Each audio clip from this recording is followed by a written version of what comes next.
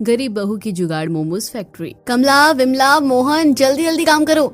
आज हमें कैसे भी करके ऑर्डर को पूरा करना है। ये हमारे लिए बहुत बड़ा मौका है। पूजा अपनी जुगाड़ मोमोज फैक्ट्री में सभी का काम देख रही है। उसकी मोमोज फैक्ट्री उसके जुगाड़ से बनी थी। चाहे मोमोज फैक्ट्री हो या फिर मोमोज बनाने की मशीन, हर चीज पूजा के जुगाड़ का कमाल था। मिट्टी के गोदाम में पूजा ने सुंदर मधुबनी पेंटिंग बनाई थी।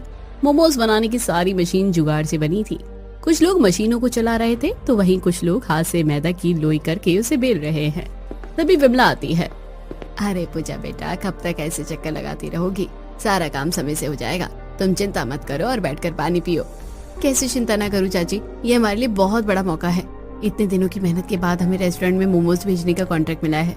मैं चाहती हूँ हमारा काम टाइम पर कंप्लीट हो जाए। पूजा और विमला बात कर ही रहे थे कि तभी राहुल भागते हुए पूजा के पास आता है। राहुल पूजा का असिस्टेंट था। भागने की वजह से राहुल पूरी तरह से हाफ रहा था। राहुल, क्या हो गया? तुम इतनी बुरी तरह से क्यों हाफ रहे हो? अब कुछ बोलो भी, मुझे बड़ी टेंशन हो रही है। अरे पूजा भाभी, हमें बहुत बड़ा ऑर्डर मिला है। अच्छा, कैसा ऑर्डर? बताओ जल्दी। भाभी, हमें एक अमीर आदमी के बेटी की शादी के लिए मोमोज बनाने हैं। अगर हमने टाइम पर काम पूरा कर लिया ना तो हमें 1 लाख रुपए मिलेंगे। राहुल की बात सुनकर पूजा बहुत ज्यादा खुश हो जाती है। पूजा की आंखों में खुशी के आंसू थे। आप लोगों ने सुना, हमें 1 लाख रुपए का ऑर्डर मिला है और ये हम सबकी मेहनत का फल है। अगर आप लोग नहीं होते तो मैं कभी ये सब नहीं कर पाती। पूजा भाभी, अगर आपने ये फैक्ट्री शुरू न की होती ना और हम सबको साथ न लिया होता तो ये सब हो ही नहीं पाता। राहुल बिल्कुल सही कह रहा है। पूजा, तेरे इस जुगाड़ू मोमोज फैक्ट्री की वजह से कई लोगों का घर चल रहा है। पूजा को ऐसी क्या जरूरत आ पड़ी जो उसने ये जुगाड़ मोमोज फैक्ट्री बनाई, और उसकी फैक्ट्री की मशीन इतनी यूनिक क्यों थी? ये जानने के लिए चलिए कहानी में थोड़ा पीछे चलते हैं। मुन्नी, स्कूल बैग तैयार करने में कितना टाइम लग रहा है? जल्दी करो बेटा, मोमोज ठंडे हो रहे हैं। आओ आकर मोमोज खा लो। बस आई मम्मी, 2 मिनट। जल्दी करो बेटा, तुम्हें स्कूल जाने में लेट हो जाएगा। हाँ मम्मी, मैंने स्कूल बैग तैयार कर लिया है। अरे वाह, ये मोमोज तो बड़े ही टेस्टी लग रहे हैं। मुझसे तो रुका ही नहीं जा रहा है। मुन्नी जल्दी जल्दी मोमोज खाने लगती है। मम्मी, आपके मोमोज सबसे अच्छे होते हैं और आपकी जैसी चटनी तो कोई नहीं बनाता है। मुन्नी बेटा, तारीफ बहुत हो गई। अब जल्दी से खाना खत्म करो वरना स्कूल जाने में देरी हो जाएगी। पूजा के कहने पर मुन्नी फटाफट से सारे मोमोज खत्म करती है और फिर अपना स्कूल बैग लेकर चली जाती है। वहीं पूजा अपने मोमोज का ठेला सजाती है और फिर ठेला लेकर बाजार चली जाती है। 2 घंटे से बैठी हुई हूँ, पता नहीं कस्टमर क्यों नहीं आ रहे हैं। पहले तो इतनी देर में बहुत सारे कस्टमर आते थे, लेकिन अब कोई आता ही नहीं है। समझ नहीं आता लोगों को क्या हो गया है। पूजा उदास होकर अपने मोमोज के ठेले के सामने कुर्सी लगाकर बैठी थी। तभी एक कस्टमर उसकी दुकान पर आता है। कस्टमर को देखकर पूजा के चेहरे पर हल्की सी मुस्कान आ जाती है। जी बताइए, आपको क्या चाहिए?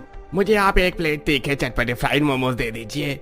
ठीक है, बस 5 मिनट इंतजार कीजिए। इतनी देर में आपका फ्राइड चटपटा मोमोज तैयार हो जाएगा। पूजा कढ़ाई में तेल गर्म करती है और मोमोज को फ्राई करके कस्टमर को दे देती है।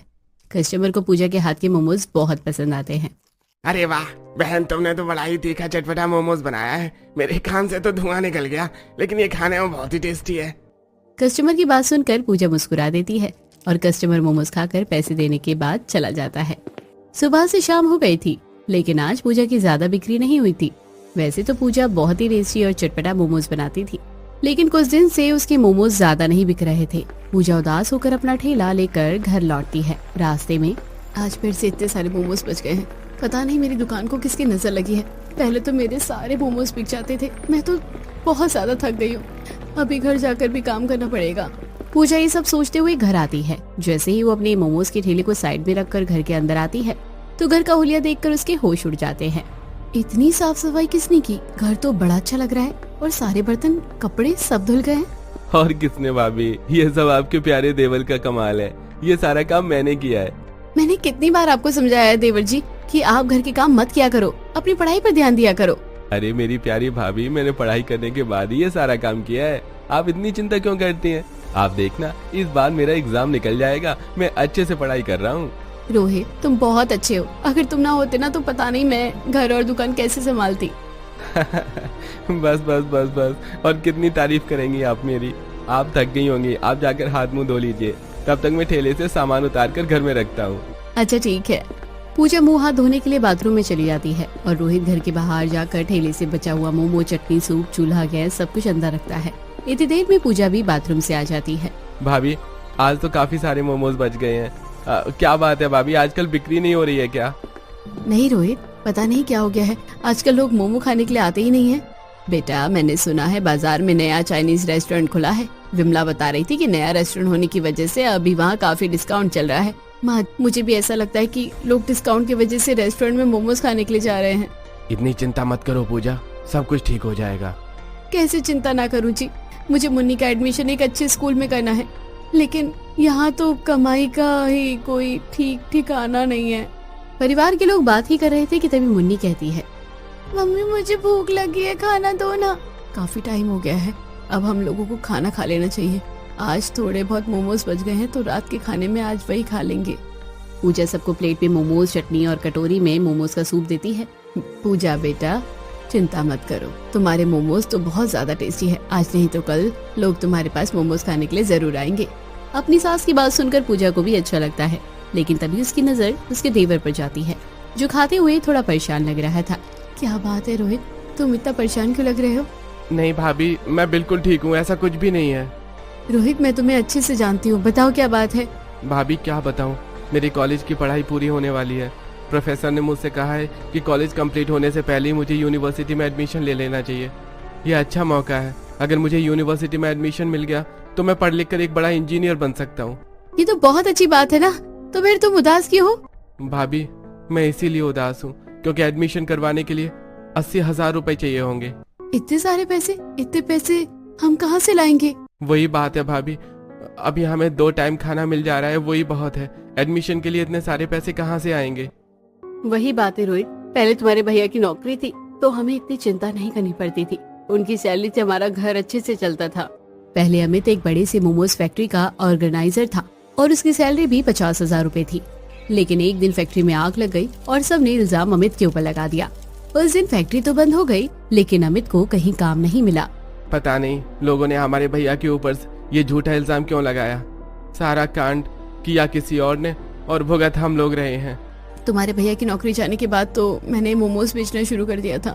फैक्ट्री बंद होने के बाद मैंने तो कई जगह पर काम ढूंढा, लेकिन कोई मुझे काम देता ही नहीं है, इसीलिए छोटा मोटा जो भी काम मुझे मिल जाता है वो मैं कर लेता हूँ। अमित मेहनती था, झूठे इल्जाम की वजह से उसे नौकरी नहीं मिल रही थी, लेकिन उसे जो भी काम मिलता, चाहे वो मजदूरी का हो या किसी की दुकान संभालना हो, अमित सब कुछ करता था। तुम लोग इतनी चिंता क्यों कर रहे हो, देखना सब कुछ ठीक हो जाएगा बहू।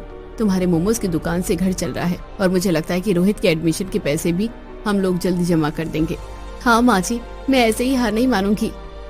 और अब छोड़िए इन बातों को, रात बहुत हो गई है, हम लोगों को सोना चाहिए। पूजा के कहने पर सभी लोग अपना अपना खाना खाते हैं और फिर सोने के लिए चले जाते हैं। अगले दिन पूजा की नींद थोड़ी देर से खुलती है। पूजा देखती है कि उसकी सास रसोई में उदास बैठी है। क्या हुआ माँ जी, आप इतनी परेशान क्यों हैं? बेटा वो मुझे चाय पीने का बड़ा मन कर रहा था और तू सो रही थी, इसलिए मैं चाय बनाने के लिए किचन में आ गई, लेकिन चीनी का डिब्बा बिल्कुल खाली है। कोई बात नहीं माँ जी, बस आप 5 मिनट रुकिए, मैं चीनी खरीद कर लाती हूँ।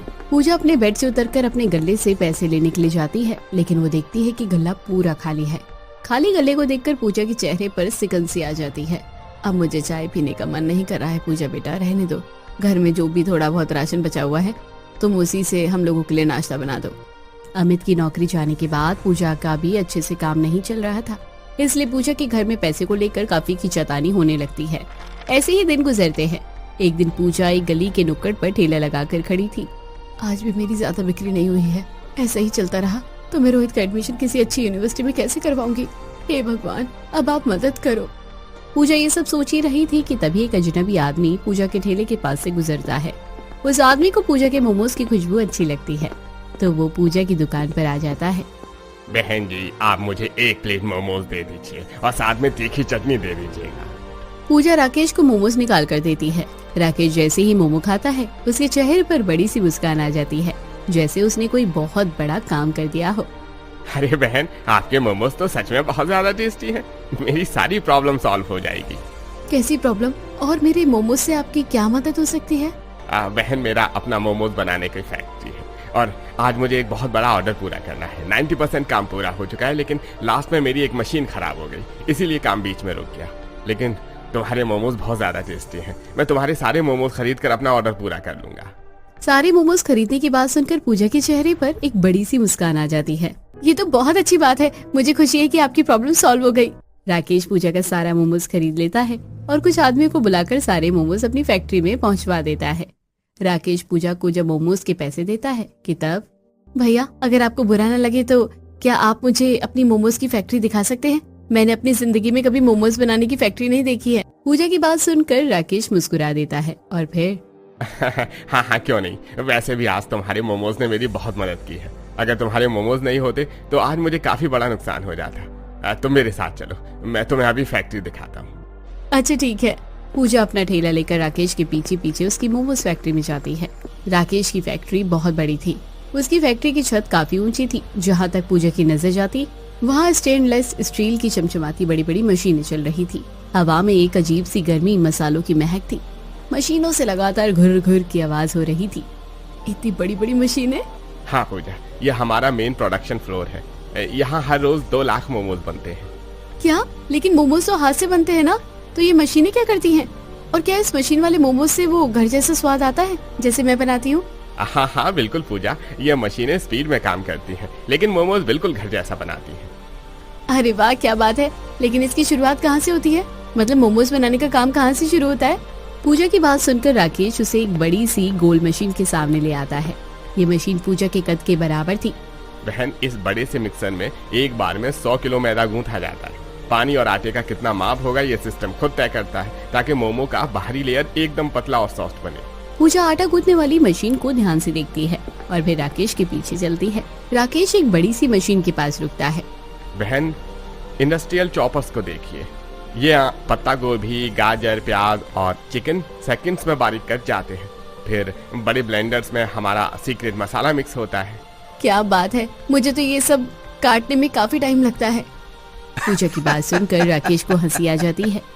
वो पूजा को एक बड़ी सी एडवांस मशीन के सामने लेकर जाता है, जहाँ से आटा गुथा हुआ एक पतली शीट बनकर निकल रहा था। ये हमारी सबसे महंगी मशीन है। इसके एक तरफ से आटे की शीट आती है और बीच में सही क्वांटिटी में स्टफिंग गिरती है। फिर ये रोबोटिक आर्म्स। राकेश मशीन की तरफ इशारा करता है। 1 मिनट में 800 मोमोज को बिल्कुल परफेक्ट शेप में फोल्ड कर देते हैं। एक भी मोमो दूसरे से अलग नहीं दिखता। पूजा उस मशीन के रोबोटिक हाथों को तेजी से मोमोज को फोल्ड करते हुए देखती है और सोचती है, ये रोबोट तो कितनी जल्दी जल्दी सारे मोमोज को फोल्ड कर रहा है और मुझे अपने मोमोज में स्टफिंग भरकर फोल्ड करने में 1-1.5 घंटे लग जाते थे। पूजा ये सब सोच ही रही थी कि तभी, अरे बहन, कहाँ खो गई? मैं सोच रही थी कि इस फैक्ट्री में स्टीमिंग कहाँ होती होगी। ये कन्वेयर बेल्ट सारे कच्चे मोमोज को सीधे इस 20 फुट लंबे टनल स्टीमर में ले जाती है। 12 मिनट बाद ये दूसरी तरफ से एकदम पककर निकलते हैं, जहाँ इन्हें तुरंत पैक कर दिया जाता है। राकेश की मोमो फैक्ट्री का टूर करने के बाद पूछा, आपकी मोमो फैक्ट्री तो कमाल की है। मैंने आज से पहले इतनी शानदार फैक्ट्री कभी नहीं देखी थी। अपनी फैक्ट्री दिखाने के लिए थैंक यू। अब मैं चलती हूँ। इतना कहकर पूजा जैसे ही बाहर की तरफ जाती है, राकेश उसे रोकता है और उसे एक डब्बा देता है जिसमें उसकी फैक्ट्री के मोमोज और चटनी थी। अरे पूजा बहन, मशीन तो फोल्डिंग वाली खराब हुई है, लेकिन जो बैच पहले से स्टीम होकर पैक हो चुका था उसमें से ये डब्बा तुम्हारे और तुम्हारे परिवार के लिए। पूजा राकेश से मोमोज का डिब्बा ले लेती है और फिर उसे अपने ठेले में रखकर घर आ जाती है। पूजा जैसे ही घर के अंदर जाती है, रोहित, सरोज और मुन्नी तीनों हैरान हो जाते हैं। भाभी, आप इतनी जल्दी कैसे आ गई? सब कुछ ठीक तो है ना? रोहित घर से बाहर निकलकर ठेले के पास जाता है और हैरानी से पूछता है, भाभी सारे मोमोज कहाँ गए? और आज तो बर्तन भी मुझे कम लग रहे हैं। आप ठीक तो है ना भाभी? कुछ हुआ है तो आप मुझे बताइए। अरे बाबा, कुछ नहीं हुआ है। और रोहित, तुम इतना परेशान क्यों हो रहे हो? देखो सारे मोमोज बिक गए हैं। ये लंबी कहानी है, तुम घर के अंदर आओ, फिर बताती हूँ मैं तुम्हें। रोहित घर के अंदर आता है। आज दोपहर जब मैं मोमोज बेच रही थी ना, तब एक आदमी मेरे पास आया और उसने एक प्लेट मोमोज खाने के बाद सारे मोमोज भी खरीद लिए। क्यों? उस आदमी की अपनी मोमोज की फैक्ट्री थी। उनको एक बड़ा ऑर्डर पूरा करना था, लेकिन मेन टाइम पर उनकी एक मशीन में खराबी आ गई थी।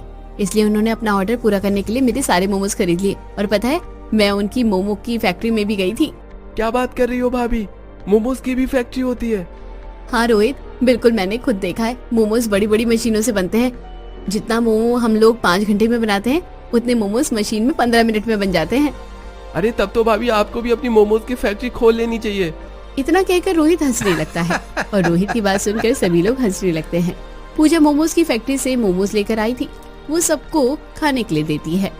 पूजा बेटा, क्या सच में ये मोमोज मशीन में बने हुए हैं? हाँ माँ, ये मशीन में बने हुए मोमो हैं। ये मेरे सामने बने थे, लेकिन इसका स्वाद तो बिल्कुल घर जैसा लग रहा है, बिल्कुल वैसा जैसा तू बनाती है। इसे खाकर कोई कह ही नहीं सकता कि ये मोमो फैक्ट्री में बने हुए हैं। हाँ माँ, यही तो कमाल है। इस तरह बातचीत करते हुए सारे लोग मोमो खाते हैं और फिर अपना खाना पीना खाकर सोने चले जाते हैं। अगले दिन पूजा बर्तन धो रही थी, तभी रोहित सोकर उठता है और पढ़ने के लिए बैठ जाता है। पूजा उसके पास जाती है। क्या बात है रोहित, आज तुम कॉलेज नहीं गए? नहीं भाभी, आज कॉलेज जाने का मन नहीं है। सोच रहा हूँ घर बैठकर ही पढ़ाई कर लूँ। सच सच बताओ रोहित, क्या बात है? मुझे पता है तुम कॉलेज ना जाने के बहाने बना रहे हो। भाभी, मेरे कॉलेज के प्रोफेसर यूनिवर्सिटी में एडमिशन लेने के लिए बार बार प्रेशर दे रहे हैं, इसलिए मुझे कॉलेज जाने का मन नहीं कर रहा है। रोहित की बात सुनकर पूजा उदास हो जाती है। वो कुछ कहती नहीं है। वो मोमोज बनाकर ठेला सजाती है और ठेला लेकर उसे बेचने के लिए निकल जाती है। रास्ते में मैं रोहित को और परेशान नहीं देख सकती, मुझे कुछ न कुछ करना होगा। एक जगह पर ठेला लगाने से ज्यादा बिक्री नहीं हो रही है। आज एक काम करती हूँ, मैं गली गली घूम घूम कर मोमोज बेचूंगी। ले लो ले लो ले लो, टेस्टी चटपटे मोमोज ले लो। एक प्लेट मोमो 50 रुपए, जल्दी आओ टेस्टी मोमोज खाओ। वो इस तरह आवाज लगाती है। पूजा की आवाज सुनकर कुछ लोग उसकी दुकान पर आ जाते हैं। पूजा सुबह से शाम तक घूम घूम कर मोमोज बेचती है, जिसकी वजह से आज उसके सारे मोमोज बिक गए थे। पूजा अपना ठेला लेकर घर आ जाती है।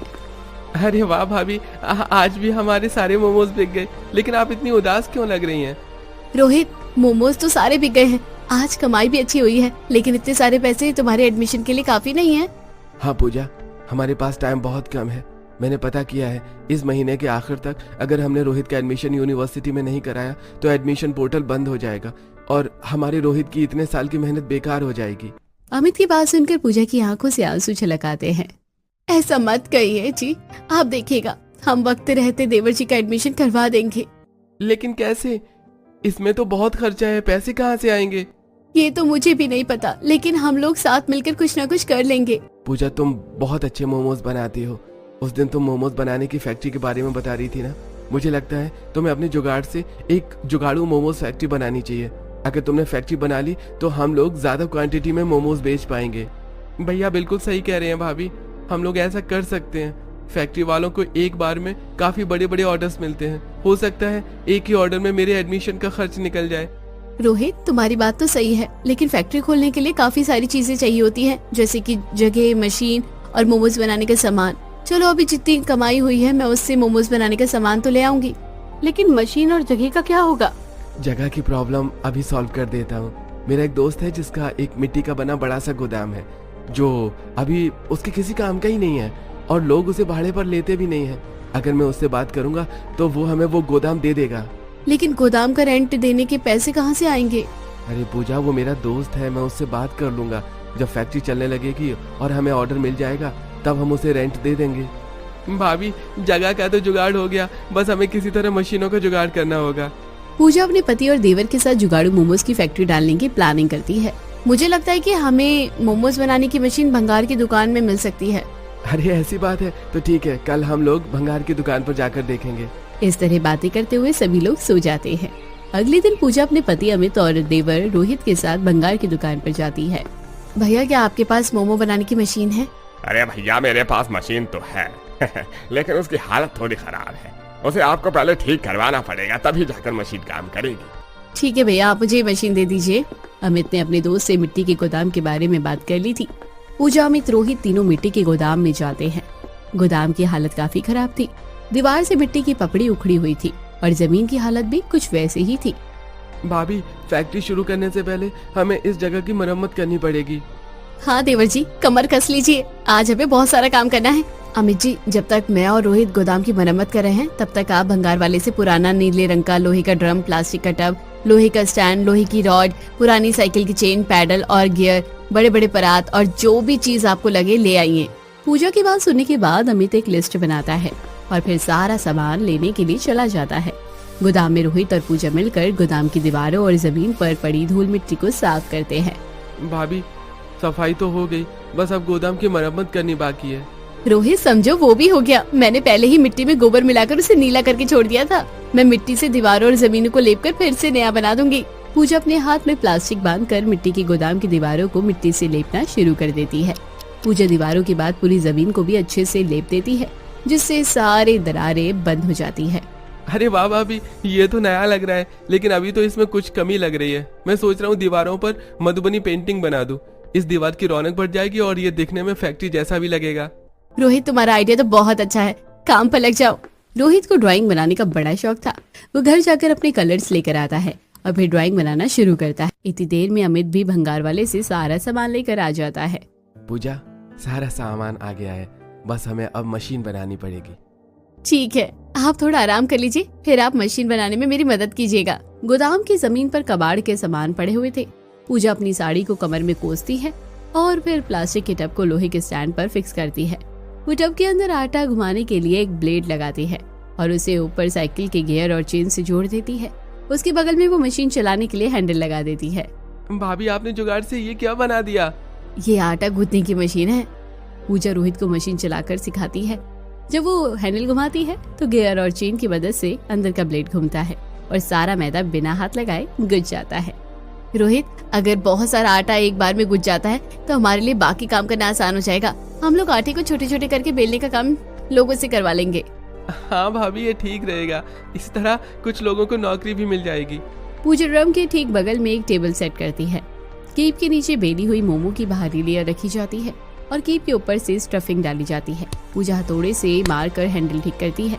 तो जैसे ही पूजा उस लंबे हैंडल को ताकत लगाकर नीचे दबाती है, मशीन के प्रेशर से एकदम परफेक्ट गोलाकार के कच्चे मोमोज कटकर नीचे रखी स्टील की ट्रे पे गिरने लगते हैं। 2 मशीनें तो बन गई, अब बस स्टीमर बनना है। पूजा परात में कील की मदद से छेद करती है। फिर वो ड्रम के नीचे एक गैस बर्नर फिट करती है और उसे सिलेंडर से जोड़ देती है। उसके ऊपर पूजा लोहे का स्टैंड लगाकर उसमें बड़े बड़े 3-4 परात स्क्रू लगाकर जोड़ती है। तो जब ड्रम के अंदर पानी उबलता है तो उसकी स्टीम सीधे ऊपर के बर्तनों में जाती है, जिससे एक साथ बहुत सारे मोमोज पक जाते हैं। वाह भाभी, आखिर आपने अपने जुगाड़ से जुगाड़ू मोमोज की फैक्ट्री बना दी। रोहित की बात सुनकर पूजा मुस्कुरा देती है और फिर रोहित, पूजा और अमित मिलकर मोमोज बनाते हैं। रोहित आटा गूंथने की मशीन संभालता है तो पूजा मोमो की लेयर को बेलती है। फिर अमित उसे मशीन में रखकर उसमें मशीन से स्टफिंग भरता है और फिर रोहित उसे स्टीम मशीन में स्टीम होने के लिए रखता है। हमारी मशीन काम कर रही है। रोहित जी, अमित जी, ये मोमोज बनने के बाद आप इन्हें आसपास के सभी रेस्टोरेंट, कैफे और ठेले वालों को ले जाकर दे दीजिए। अगर उन्हें हमारा मोमोज पसंद आएगा तो वो हमें ऑर्डर देंगे। मोमोज बनने के बाद अमित और रोहित मिलकर उन मोमोज को ठेले पर रखते हैं और फिर सैंपल देने के लिए अलग अलग रेस्टोरेंट, ठेले सब जगह पर जाते हैं। 1-2 दिन सैंपल देने के बाद पूजा को ऑर्डर आने लगते हैं। भाभी, हमारा काम बढ़ रहा है। मुझे लगता है हमें और लोगों को काम पर रखना चाहिए। काम बढ़ता देखकर पूजा अपने साथ गांव की कुछ औरतों और लड़कों को काम पर रख लेती है। ऐसे ही दिन गुजरते हैं। एक दिन पूजा एक बड़े से रेस्टोरेंट के ऑर्डर को पूरा करने के लिए स्टाफ को इंस्ट्रक्शन दे रही थी कि तभी राहुल नए ऑर्डर की खबर लाकर पूजा को दे देता है। पूजा नया ऑर्डर पाकर बहुत खुश थी और उसके साथ काम करने वाले सारे लोग भी बहुत खुश थे। ये खुशी हम लोग बाद में सेलिब्रेट करेंगे, अभी हम लोग अपना ऑर्डर पूरा करते हैं। सारे लोग काम पर लग जाते हैं। कुछ लोग मोमो का आटा गूंथते हैं और कुछ लोग मोमो का लेयर बनाते हैं। राहुल और एक लड़का मिलकर मोमो की स्टफिंग बनाकर उसे मशीन में डालते हैं। मोमो स्टीम हो जाने के बाद कुछ लोग मिलकर उसे पैक करते हैं, फिर उसे गाड़ी में रखकर रेस्टोरेंट में डिलीवर करते हैं। जिस तरह हमने ये ऑर्डर पूरा किया है उसी तरह हम लोगों को हमारा सबसे बड़ा ऑर्डर पूरा करना होगा। ऐसे ही दिन गुजरते हैं और शादी का दिन आ जाता है। शादी वाले दिन सुबह के 3 बजे से ही गरीब बहू के जुगाड़ू मोमोज की फैक्ट्री खुल जाती है। सभी लोग मिलकर जल्दी जल्दी मोमोज बनाते हैं। बिना रुके लगातार मोमोज बनाने के बाद शाम तक उनका ऑर्डर पूरा हो जाता है। अमीर आदमी की गाड़ी मोमो लेने के लिए आती है। मुझे लगा नहीं था आप लोग इतने कम समय में ये ऑर्डर पूरा कर लेंगे, लेकिन आपने ये कर दिया। ये रहा आपका 1 लाख रुपए का चेक। चेक देकर अमीर आदमी चला जाता है और पूजा उस चेक को अपने देवर रोहित को दे देती है।